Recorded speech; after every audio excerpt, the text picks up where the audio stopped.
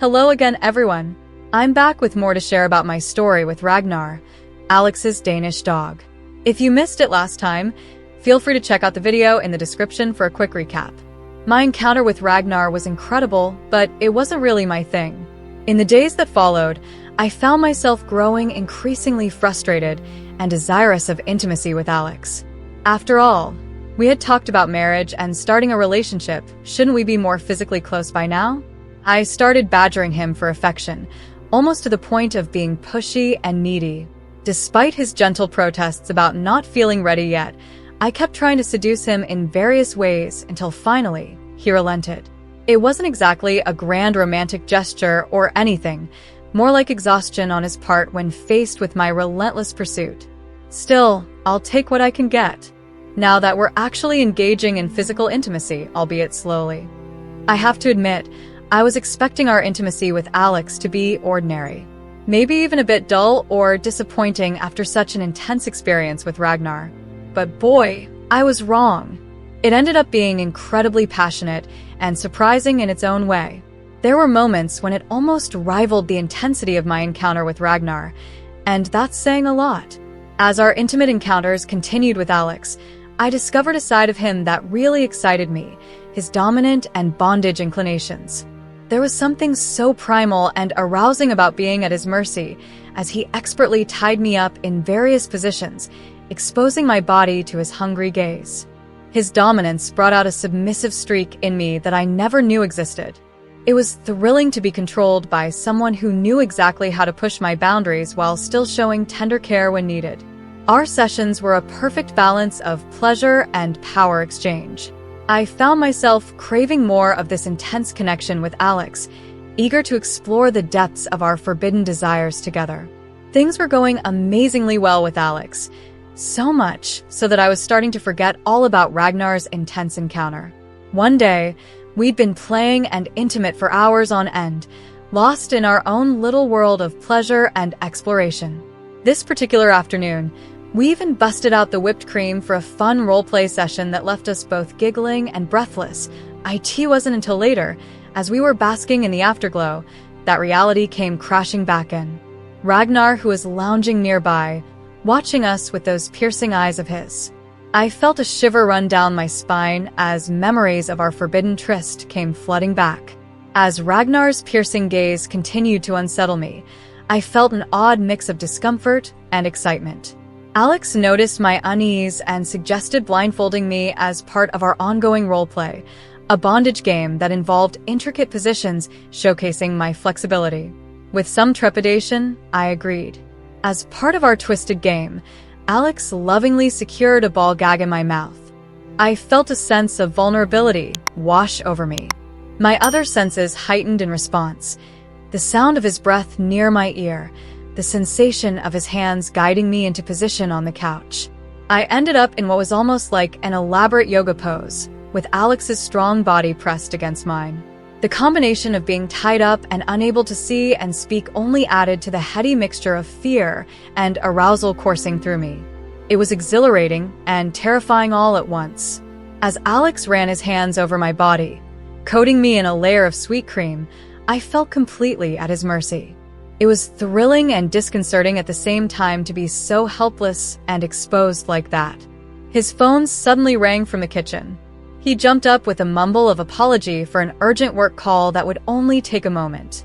In his rush to answer, he seemed to forget all about my predicament, leaving me bound and practically immobile in a sticky mess.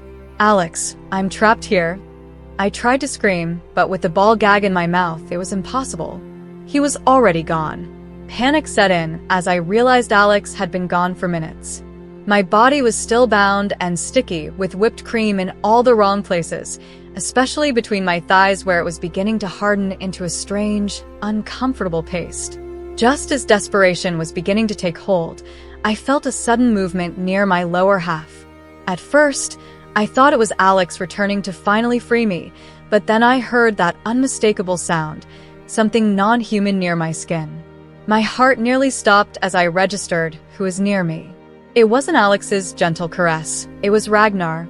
The shock of discovery left me frozen in place, unable to process this twisted turn of events.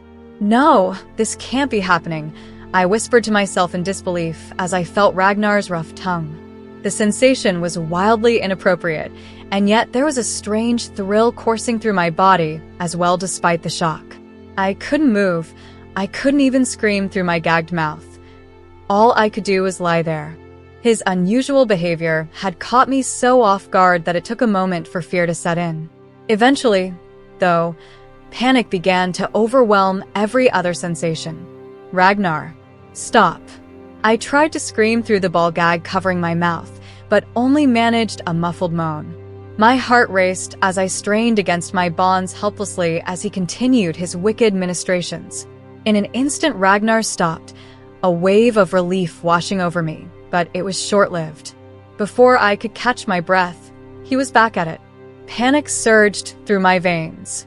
No, this can't be happening, I whimpered through the blindfold, my mind reeling at the impossibility of it all. And yet, even though every fiber of my being screamed for this to stop, there was a dark part of me that couldn't help but respond to the situation. I knew Alex would be back any moment. Surely, he would put an end to this madness? I found myself helpless. It seemed like an eternity before Ragnar calmed down. In the chaos of the actions, one of the ropes binding me shifted slightly, allowing me to break free with a rush of relief. My body was sticky with sweat and whipped cream as I collapsed onto the couch in a daze. What just happened? I gasped into my gag as panic set in again. How long had Alex been gone? And where was he now that things had clearly spiraled out of control while he wasn't here? I was still reeling from the intense encounter with Ragnar when Alex burst back into the room, looking apologetic and flustered. "Mel, I'm so sorry for leaving you like that," he said, rushing over to help me untangle myself from the remaining ropes. His eyes widened in realization as he took in my disheveled state, cream smeared across my skin, hair mussed, and a faint sheen of sweat coating my thighs. As I sat up gingerly on the couch, trying to process everything that had just happened, Alex's expression shifted to one of excitement. "Great news," he exclaimed without warning. "I just got promoted at work. We're going out to celebrate tomorrow night at the city's top restaurant." My mind struggled to transition from shock and confusion about Ragnar's bizarre behavior back to this sudden announcement of good fortune. As Alex's apologetic words washed over me, I felt a mix of relief and embarrassment at my situation.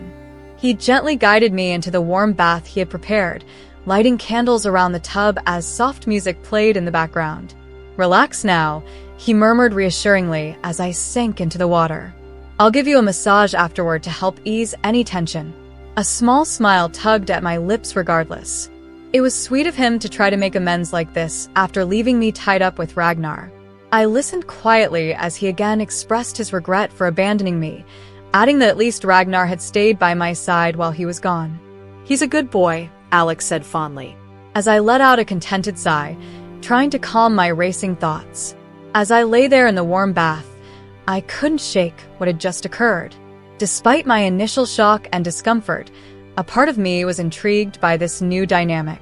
It was forbidden, twisted even, but also exhilarating in its own way.